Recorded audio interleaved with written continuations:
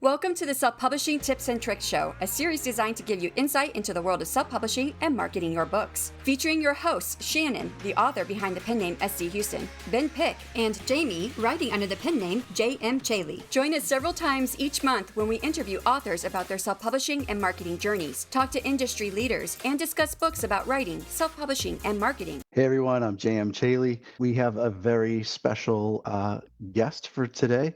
We're doing a topic in this episode, which we're going to be talking to an artist with a ton of experience as both a comic book artist and a book cover artist, J.K. Woodward.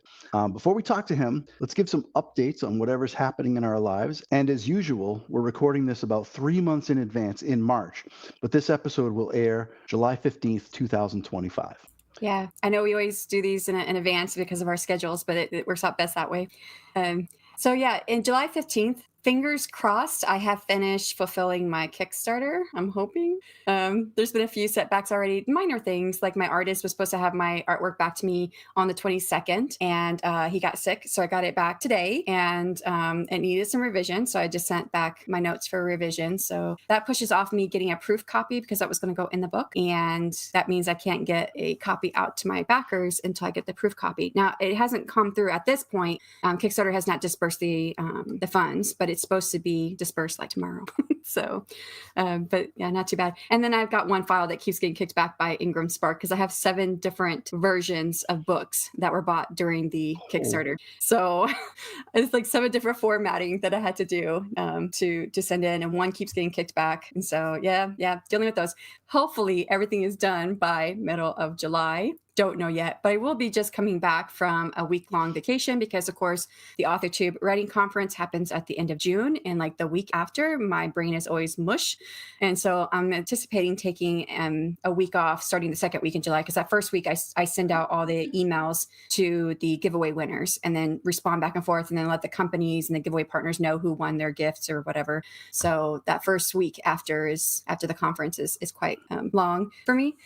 But so the second week, when this is getting ready to air, I'll be on vacation. I am also in the same boat where I think I'll be coming back from vacation or still on vacation when this actually airs. But as for me, I have no idea what July will have in store for me. But like we discussed in the pre-show, I will be, or I guess the prep for the show, I will still have my Monday night productivity sprints. So if you are around 6 p.m. Eastern time, you can find me, join in on Running to Write at YouTube. And what I do is 30 minutes, 20 minutes on average, and chat in between those different sprints. So you can write, you can do whatever you want, but it's a good place to come together and be productive on the first night of the week. So that's where I'll be in July, and I'm sure I'll still be writing my book by then. So July, geez, I'm most likely going to have the sequel to The Unlife of Lisa Cooper out sometime this summer, so maybe July. I'm knee deep in beta readers and beta edits right now, which is fun, and then it's off to professional edits.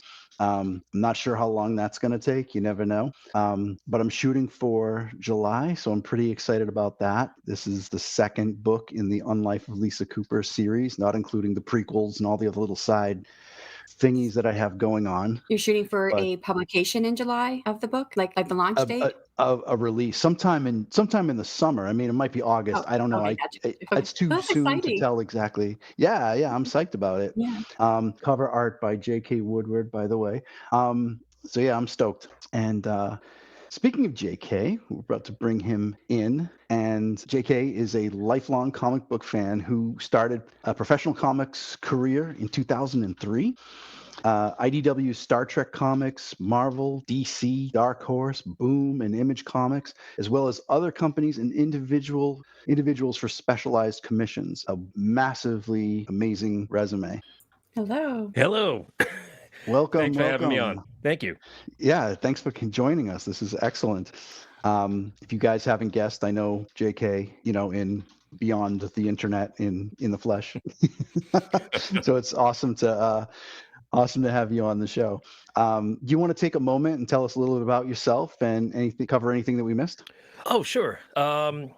Well, I actually started my career in, I guess, around 30. So I was kind of late to it. Around, I think it was 96, I graduated college. Well, associate's degree in computer science as a sort of backup in case it didn't all work out, which I do not recommend if you're serious about your craft. Don't bet against yourself. Don't do that. But it's what I did. And as when I graduated college, I did not get any kind of work in computers. Instead, I found a way to use what I learned in school and apply it to art in a way. I became a multimedia producer. I kind of over a weekend learned some animation programs and learned some 3D modeling.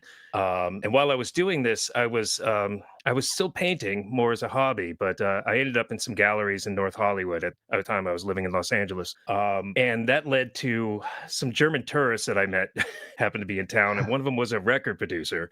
And he just wanted to use some paintings for covers. And sure, for me, it was just a hobby. But what ended up happening is that in 2000, it led to me moving out to Frankfurt and working there for 2 years for the studio, making album covers. And for one particular theme album, I did an accompanied book that was kind of saddle stitched, and it was a bunch of oil paintings. It was a sequence of oil paintings. And I kind of just took that and sprinkled a little prose over it and called it a comic. It was the weirdest comic you've ever seen. Very bizarre, surreal stuff. But it got the attention of two writers, and I ended up doing two 12-page stories for an anthology series. I then took those anthology series, sent them to every editor in comics. We're talking, I spent a lot of money on postage. We're talking like hundreds of editors, and I got one response. So sometimes that's how it works. You cast a big net and you get one little fish. But it happened to be IDW, and there was a writer named Max Allen Collins that was doing CSI New York based on the show. It was a werewolf story. It was a 4-issue miniseries. At the time, I had a job as a designer. While I was doing that, I had since moved back to Los Angeles. And while I was on maybe issue 2 or issue 3, a writer named Peter David, which is a pretty big name in comics, happened to see my work on that and happened to see that very book. It was called Crazy Mary, the one I told you about that I sent to every editor, the 12-page story, and said, I want this artist for Fallen Angel. Now, Fallen Angel was a property he had at DC that he was having the opportunity to own it himself and bring it to IDW and continue the story. And the artist he had at DC was on another project. So I got lucky. Ended up doing that for 3 years, worked on it as a series. And that's kind of what launched my career. Since then, I've done mostly Star Trek in the comics world. I did get to, my dream when I was 12 was I was going to do an X-Men book one day. And I ended up doing that for Marvel. And just did a lot of covers for Boom at the time because I was into horror. Got kind of sucked into sci-fi for about 20 years. And now I'm kind of getting back into horror, my roots. But from there, it sort of snowballs. As long as you keep working, you're going to keep getting work if you do a good job. And so I ended up taking those sci-fi comics and going into novel covers, book covers, other things for mostly a company called what's the name? Ben Bella Publishing. They have a division called Smart Pop, and I ended up doing covers and stuff for those, and covers for people like you, Jamie, JM.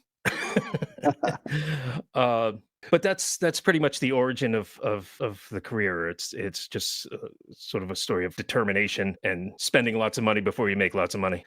Still waiting for the lots of money part. So what do you do as a professional artist? Obviously you talked about comic books, but what kind of projects do you do? You mentioned commissions. What kind of stuff do you have that come your way? Well, I'm a free agent. That is to say, I don't have a contract with any particular company. There's a standard work for hire contract that I usually work with publishers. So it's a job by job contract. And I work in traditional media, which is kind of difficult in this competitive market because digital is a lot quicker and it has unlimited undos. But basically, I have a relationship with IDW Comics, and I do mostly work for them. And the Star Trek franchise, which I've been doing, opens some other doors for me, and that's how I ended up doing covers later on. Also, I will do commissions. I don't get to do them as often lately as I'd like to. Because I'm self-publishing my own stuff, which pays on the back end, doesn't pay now. So I'm doing kind of double the work. I'm doing the work to pay the bills and the passion work. But when I can, I do actual commissions. I'll actually put a call out on my blog, and then I have my studio has its own little shipping area.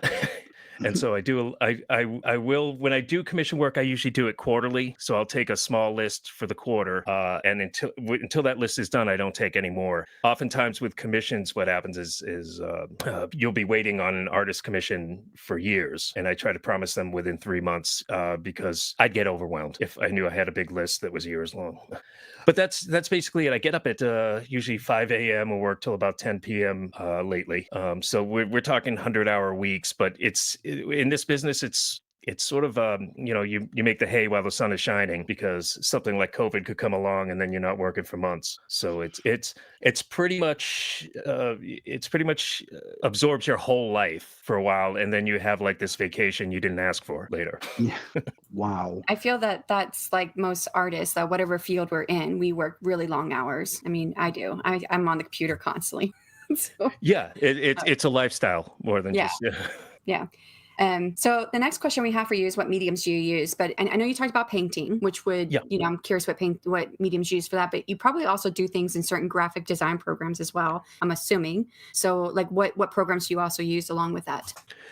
Well, I just use the Adobe suite, so I'm doing mostly it's Illustrator and Photoshop if there's any logo work to accompany the illustration. But generally with illustration, it's still traditional media, mostly gouache on cold pressed cotton paper, like watercolor paper, and then that's scanned in. And if there's any adjustment to be made, I can do that in Photoshop. But generally, there's an original that accompanies the job that looks exactly like what ends up on the book, hopefully. My Hopefully, original if, stone. if I have to use any of those programs, it usually means I did something wrong, or sometimes if there's notes and it's something as simple as a color change or a hue change or something, you don't want to paint it all over again. So that's when Photoshop is very handy for that kind of thing. Right, for changing the hue and saturation. I use GIMP, which is poor man's Photoshop. But like the only thing I've done from scratch is a dragon. I did the dragon for my next book, but my drawing did not look. I made it so much better once I got into the graphic design program. But I also took like textures from real animals, like fish scales and stuff, to put onto my dragon. So yeah, it can definitely help. There's been times where I would do a background in a comic. And it would be an intricate background, and then there'd be just a change of expression in the next panel. So I would paint the character, and I would just go in Photoshop and drop that background in there. No need to paint it twice. So it can be a time saver. Yeah, it's a big help. Awesome.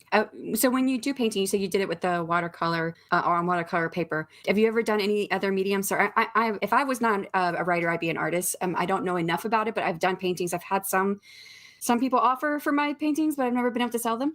So, but I do acrylic, which is not typical. Most people do oil, but yeah, I work in all medium when it comes to paint.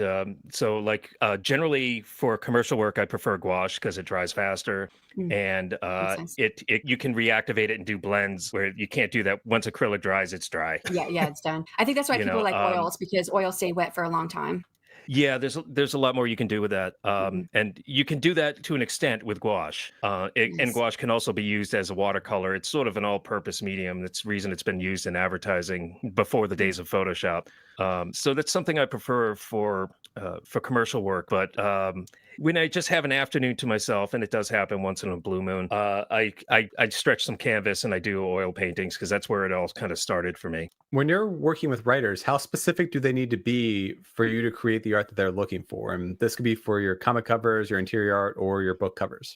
Yeah, I've gotten this question before, and it's difficult to answer because it's kind of a nuanced answer, so it's kind of hard to answer succinctly. But I usually start by saying this: in my experience, especially sequential storytelling in comic books or like interior pages and stuff, the artists, I would say the writer is like the writer is the screenwriter on a set, and the artist is the director. And some artists don't want the writer on the set, and other artists want their input. For me, it depends on the writer. If a writer knows exactly what they want and they have a visual mind, I won't stray from a script. I'll want as much detail as they can give me. If I sense that they're not sure what they want, but they'll know it when they see it, the less detail they give me, the better, because then it just gets confusing. For example, I worked that X-Men book I told you about. I worked with a writer named Mike Carey, and he particularly, I swear to God, this guy must paint because his panel descriptions, they were paintings. They were very much, you immediately saw them. There's no room for interpretation. You know exactly what he wants. And there's other times where I get a script or I get a description and it just doesn't make sense. For instance, a group of people watching a TV, and they'll describe what's on the TV, and then they'll describe the expression on the character's face. Like, well, you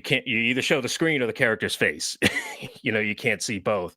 And sometimes when something like that occurs, that's where get the writer off my set. I'm going to do a rewrite here, and I'll end up separating it into separate panels or figuring out a way. All this to say, I'm always in contact with the writer. I always run things by the writer. If for some reason something isn't going to work, I want to make sure I have what they want in the compromise. And usually there's an editor involved. The editor is sort of sometimes a referee between the two of you, someone impartial that can see both sides and say, okay, well, this is a solution. But what I like about comics is it's always a collaboration. So you're always working with the writers. There's always an open communication. And so if things change or if there's there's more of a fluidity to the work because you're doing it together. So yeah, that's kind of the nuanced answer. It depends on the writer really and what they want. So for commissioning art, can you walk us through your process for someone commissioning art, like from someone saying, hey, I want a piece of art from JK to you getting the art to your client? And is the process different from someone like me commissioning a book cover or, a piece of art that you commission at a con? Well, somebody like you commissioning, it's very much like the same thing because you can talk to me directly. Generally, there's a publisher or an editor that approaches either me or a group of us, and then we do sketches and they decide. With commissions, they specifically want something, they will contact me. And the way I've handled it, I kind of told you this earlier, I do my commissions quarterly. I don't take big lists because I don't want to fall behind. And I'll announce that. And usually social media is good for this. That's a way to get the word out to anybody who might be interested. And I provide a link. I have a blog where I have a list of different tiers, different kinds of commissions.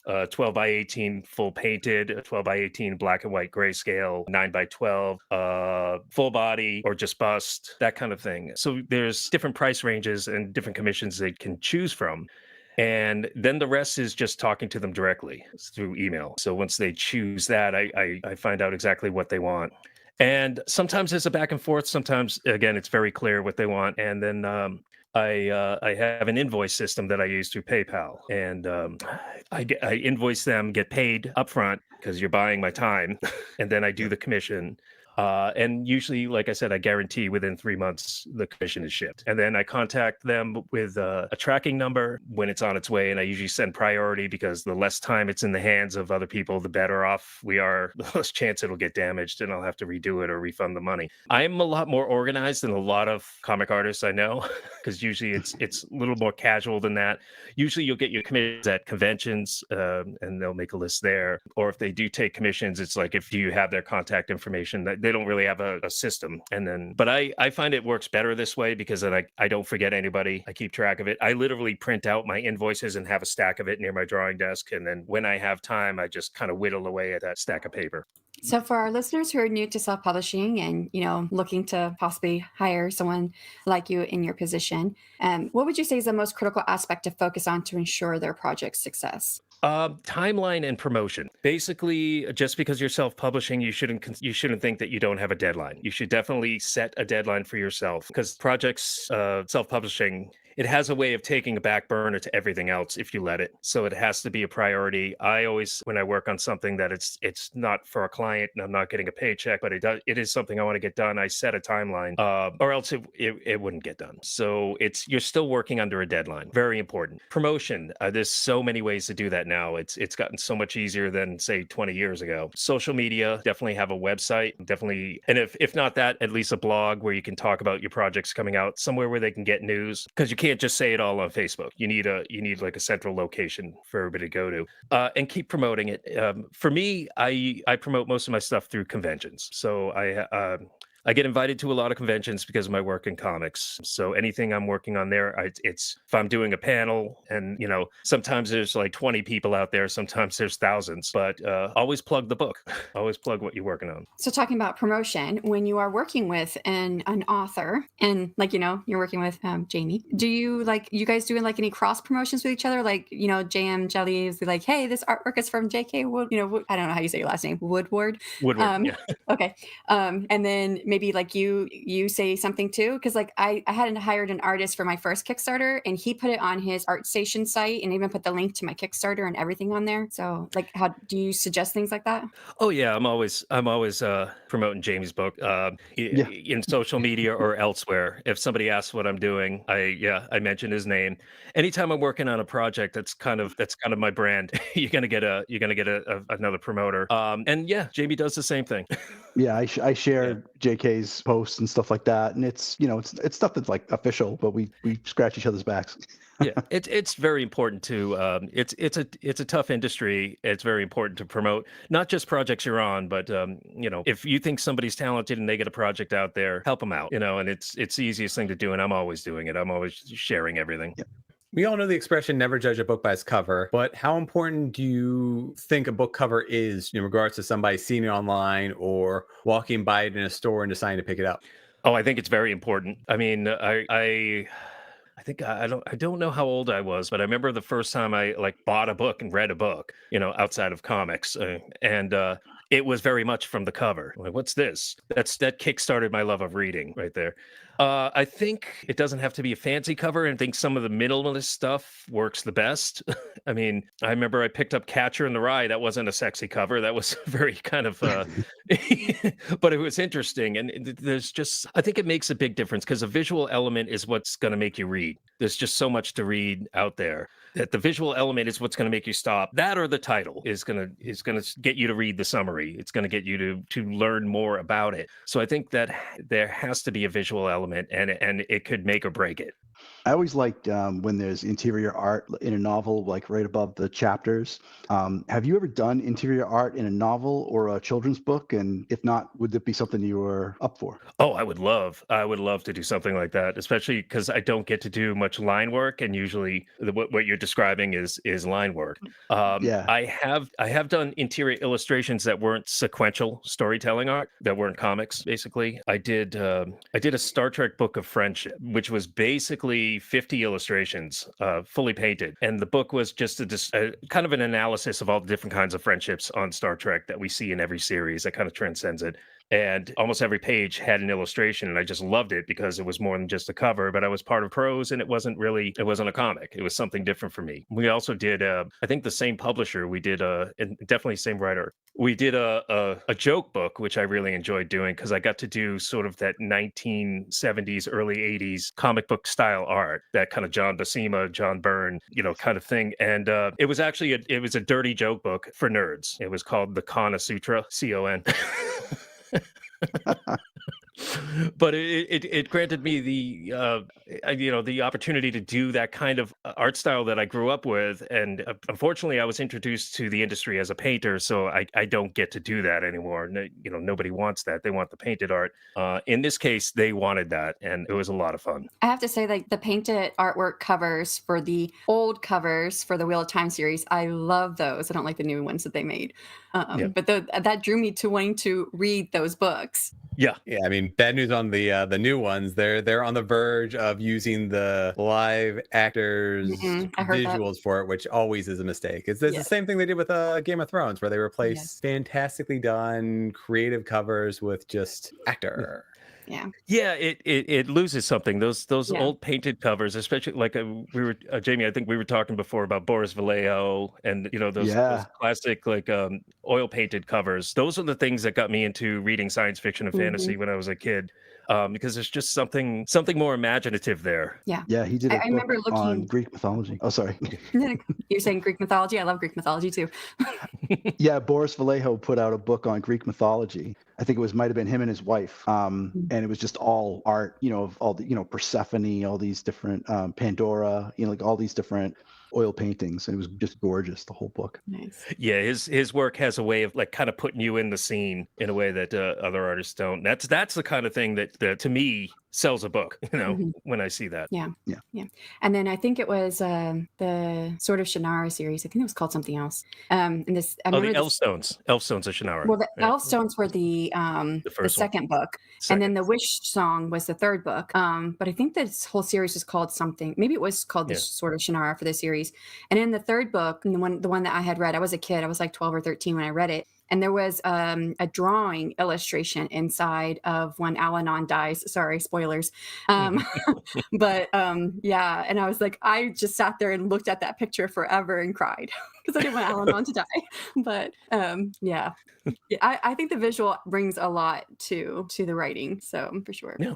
So you've been involved in various Kickstarter projects. I saw this as I was doing my deep dive on who you were. And so you had Mounties versus Werewolves and the Omega 11. Could you share your experiences working on these campaigns and any insights on how artists can effectively collaborate crowdfunding projects?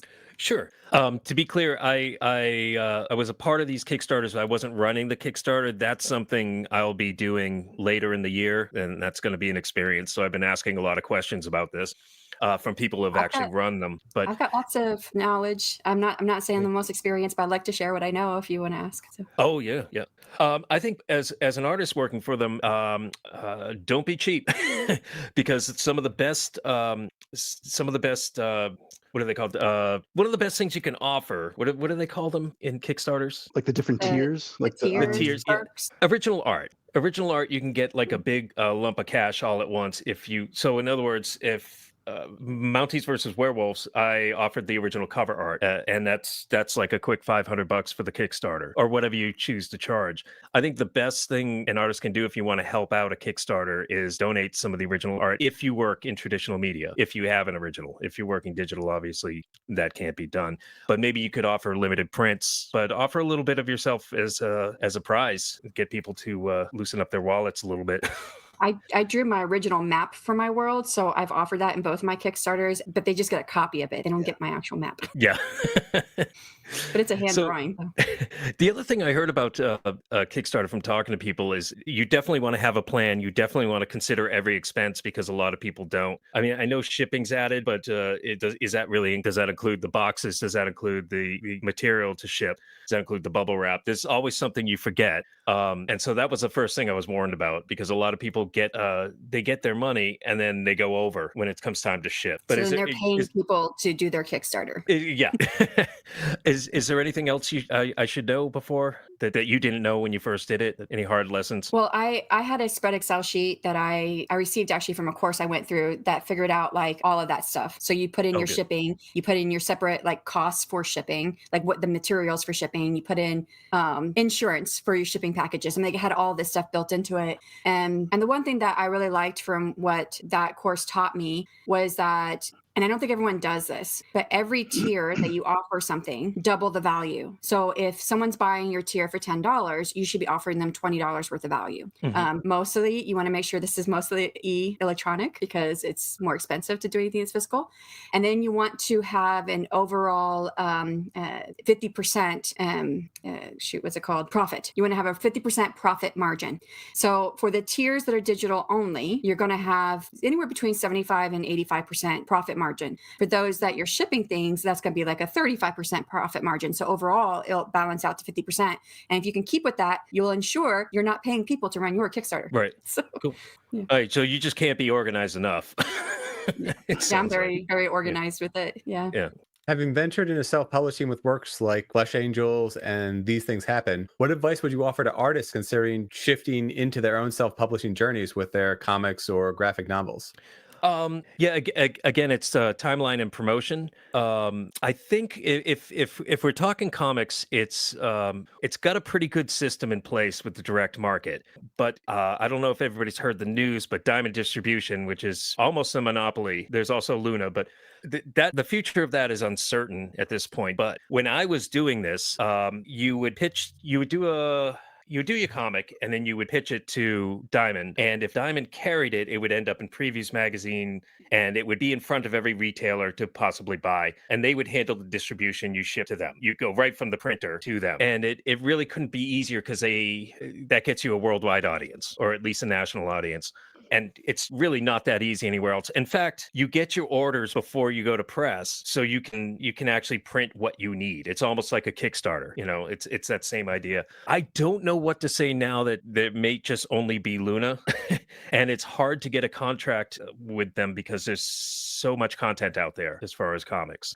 But there are other avenues like Kickstarter. Kickstarter, you get a built-in audience. They're pre-ordering your book, so that's also kind of a great way to get around a big clunky distribution company. In fact, I would recommend that over anything right now. When I was doing these books, you mentioned Flesh Angels and These Things Happen. That was in Germany, and that was like 2001 or 2002, around that time. I did it. I'm now doing a book called Flesh Angels, where I'm taking that sort of trippy thing I did back then and making it a more comprehensive surreal comic, a little less arty, like.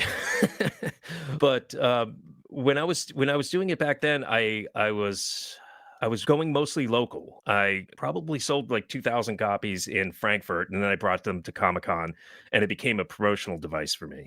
Now, I've since done a book called Behemoth it was published through Scout Comics, but it was the same thing. It was my book. It was a contract with Scout Comics, and they were handling the distribution end, and that was a lot easier. If you can find a small press that is interested in your book, definitely go that direction. Don't sign a long contract though, 5 years top, but because they can hold on to your, if you sign a 10-year contract. I've made this mistake with a publisher. They not only have the rights for publishing, and they can just sit on your property forever and you can't do anything with it. They also have, any kind of back end rights, like a game, or if it gets optioned for a Netflix series or anything like that, you could be sharing 50% with this company, and you don't want to risk that if you can help it. But I mean, I think that's also a good way to go. There are pros and cons for each thing. If you do it all on your own, the problem with that is you're all on your own. If you're working with small press, they can help you out with a lot of things, but you are going to share the money that comes in. What is your best tip or trick for artists collaborating with self-published authors? Well, if you have the time, read the material, but definitely, and I kind of talked about this before a little bit too. Open dialogue is one thing I learned from comics that I apply to authors when I'm doing covers.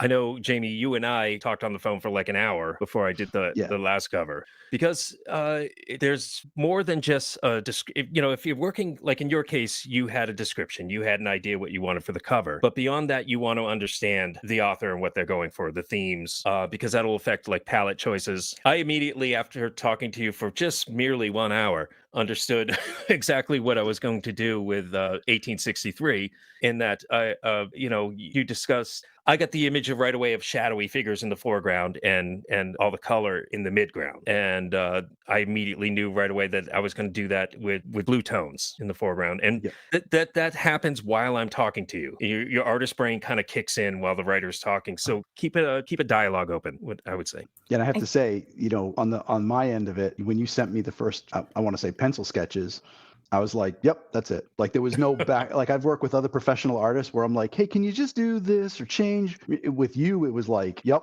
nailed it. A lot of times too, and I'm grateful for that, because that's just, first off, it's a lot more fun to work on it on your first try. If you get your first try approved, it's a lot more fun to work on it. Later on, you just have a confidence that you wouldn't have if it took you 3 or 4 times before.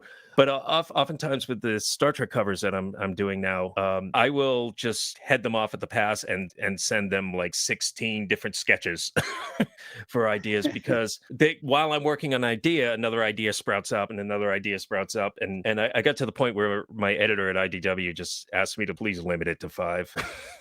But I mean, when you're working with an editor, you don't have that dialogue I want, that dialogue I enjoy so much with the writer. And so that's my kind of, this is how I'm going to get around that. And I, if we're not going to have a dialogue, you just hear me talk for an hour. And that's kind of what I do with sketches, you know. I think that kind of makes sense too. The artist that I have right now who's doing some of my artwork, and the first thing he did for me was like perfect straight out the gate. But I had sent him 2 scenes. He did my Sea Witch. Oh, it was beautiful, beautiful. And I sent him 2 scenes in which my Sea Witch, and it was her place and whatnot, from 2 different books. And I didn't do that with the next one. And I've asked, I had to ask for some revisions. And I thought, well, he got like this perfect the first time. Not that not every time's gonna be perfect, and not that it's not bad. Or that it's bad. It's lovely, but it just didn't hit me the same way that the first one did. And I was like, well, I didn't give him any scenes. Like I didn't actually give him any of the book to read. Yeah. To get the idea of that theme and, like you say, mood and atmosphere and all that. So Yeah, it definitely really helps because you never know.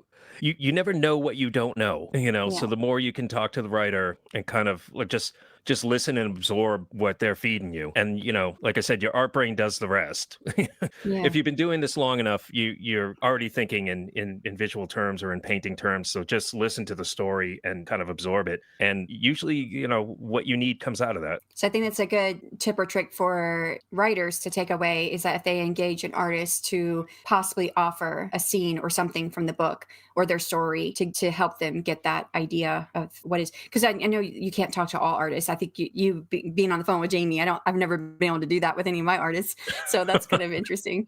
So Well, I just put them on all right, so we're speaker gonna- while I'm working on a Star Trek cover. So there you go. I can do Multitasking. 2 things at once.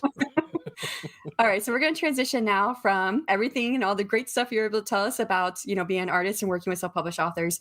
And we want to talk a little bit about your personal works. Now, you've done work for multiple comic book covers, private commissions, novel book covers, and more. So where can we find your work?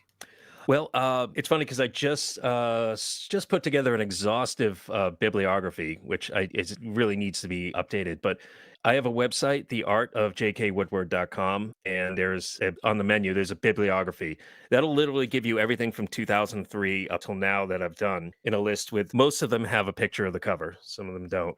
But as that'll tell you what's out there. But as far as where you can find them, anywhere books are sold, like a lot of the thing with comics, its problem is a lot of it's periodicals, technically, the floppies, until they're in trade paperback, and then you can get them anywhere, Amazon, wherever you want to go. But the trades, sometimes if you want to, or the floppies rather, if you want any of those, you might have to go through a long box in a comic book store and hope you find it, just like any other comic. On social media, you'll occasionally share some original art, say non-commissioned work that you've done just for yourself. Now, a lot of comic artists have created their own heroes and characters. Is that something you've done, or if not, would be interested in doing? Oh, absolutely. In fact, even when I work within an established property like Star Trek, I end up creating characters. We did a mirror universe version of The Next Generation, and it was debuted, I think, in 2017 or something like that. And I got to create those characters from the ground up. I mean, obviously, it's Jean-Luc Picard, but it's a muscle-bound, sleeveless, beard-wearing Picard. Yep. And I actually worked directly with CBS that owned the property at the time. Star Trek, and worked with the consumer products division on a style guide for the Mirror Universe. And since there was never an episode, there were some novels, but there was never an episode. So I got to design what the Mirror Universe characters' versions would look like, as far as uniforms, as far as what their weapons would look like, because they're much more weapon characters. It was kind of fun to play in that universe because I was actually creating characters. Aside from the familiar characters, I was creating different characters because it's not completely the same crew, things like that. And of course, with books like Behemoth that I do myself, I've created characters there. As far as like a superhero character, I don't know if I have any kind of interest in that anymore because I feel like it's all been done. But science fiction characters or horror characters, yes. In fact, I am creating a lot of characters, and we will be seeing them in 2025 and 2026. Yeah, it's so much more gratifying, kind of creating something from the ground up. With this episode airing on July 15th, can you let us know what you'll have going on then? Anything you can announce or what events you might be appearing at? Let's see. July is my busiest month. Again, that website I told you about, I have kind of a schedule there, so it just says events or something. That'll tell you everything. But the only thing, if it's the 15th, San Diego Comic-Con, the big one's next. I will be debuting San Diego Comic-Con exclusive, One Last Trick #1, it's called. It's going to be published by Midnight Factory Press. It's creator owned by me and writer Joseph Schmacke. We're going to be at booth M6 in the indie press section. So I don't have the exact times I'm doing a signing, but I'll likely be there most of the time. And I'll be doing 3 panels. Hopefully nothing's confirmed yet. We'll know probably 2 weeks before the con, but I'll be doing 3 panels. About one's about going from sci-fi to horror. I think another one's a Star Trek one, and the third one is with IDW, and I'm not sure. But at the time you're hearing this, you can just go to the San Diego Comic-Con site and learn more about that. But One Last Trick is a book that's going to come out 3 months after San Diego. So issue 1 officially goes through Diamond Distribution and Luna, officially hits comic book stores 3 months after Comic-Con. So we're making a special preview edition of issue 1, limited press run, San Diego Comic-Con exclusive. It'll have the logo on it and everything. So I think it might be like a 1 in 300 or something. So get to the Midnight Factory booth, because Midnight Factory is a new company. It's a new press. We've put out like I think just 4 titles at this point. So this is kind of be our debut. So we're hoping for big things. And then after that, actually, I have a Rose City Con where I'll be putting out that new Flesh Angels I was talking about. Again, a preview. It's a Rose City Comic-Con exclusive. So look for me there. That's in Portland, Oregon, if you're in the area, September 5th and 7th. Those are going to be the 2 books that I'll be doing for 2025 and 2026. They're miniseries. So that's going to be the debuts. All right. So this is the part of the program where we do rapid fire questions. We're going to do a round of these and answer each question as quickly as possible. If you're up for it. Okay. Cool. What time of day are you both? I think you might have already answered this. It's a long day that you work, but what time of day do you think you're most productive? Early morning or late at night? Definitely early morning. I can feel it slowing down throughout the day. That's what. Otherwise, I would probably work 48 hours straight. Yeah, I bet actually the peak for me is probably around. Like I said, I start at 5, so around 7 when the 3rd cup of coffee is really kicking in. Awesome. Coffee, tea, hot cocoa, or energy drink? Oh, coffee. Who's your favorite superhero to illustrate? Ghost Rider, easily. Nice, I like fire. Nice. Sweet. What's your go-to snack when you're having long drawing sessions? I don't really snack, so I'm on this weird high protein diet of like black beans and a animal protein. That's kind of what I eat all day. I call it my dog food. All right, complete the sentence. The best thing about being a comic book artist is The hours. No, the cons, the people, Okay. the people and the cons. Do you listen to music while you work? And if so, what's on your playlist? I do listen to music, not when I work, though, because I find it distracting. It makes me want to do anything but work. I listen to podcasts mostly, and then I listen to books on tape. But as far as music, I like the New York 70s punk the most, so I tend to go back there a lot. Favorite comic book artist? Bill Sienkiewicz. favorite comic book? Oh, I'm not good at favorites because a million things come to mind. That's why we ask. Okay, I'm going to go ahead and say Stray Toasters, which was a Bill Sienkiewicz book that he wrote, I think between 86 and 88. It was very bizarre, very inspiring. Which comic book series has had the biggest impact on you growing up? It's got to be X-Men. It's got to be the Byrne Austin X-Men growing up. Have you ever mixed up your beverage with your paint water? All the time. Almost daily. I rinse my brush and my coffee more times than I'd like to admit. All right. You've answered all our questions. Before we wrap up, please tell our listeners. I think you answered this already. Where we can find you. We're gonna put your links below, right, Shannon? Yeah. I'll ask for his links a week out, and I'll put them all in the description box and the show notes. And you have a webpage, right, JK? Yep. theartofjkwoodward.com. But you're also on Instagram, right? Because that's where I think I found a lot of information about you. Yeah, JK_Woodward on Instagram, Blue Sky. It's always JK_Woodward. I try to keep it consistent. And all the links to my social media are on my website as well. So. Nice. Well, thanks so much for joining us. This was awesome, giving us your insight and experience. Yeah, I had a lot of fun, especially rapid fire. That was great. Yes. Yeah, thank you for our listeners and our viewers. Next on the podcast, August 1st, we'll talk to actress, model, and author Rita Slanina. Goodbye, everybody. Bye. Thank you so much to our incredible listeners and viewers for joining us on our exploration of everything self-publishing. We hope you found our podcast to be a treasure trove of insights and inspiration. If you've enjoyed the show, please consider leaving a review on your favorite podcast platform or thanks on our YouTube episodes. Don't forget, you can catch all of our past episodes on YouTube, Spotify, and other major podcast platforms. Keep writing, keep publishing, and we'll see you next time.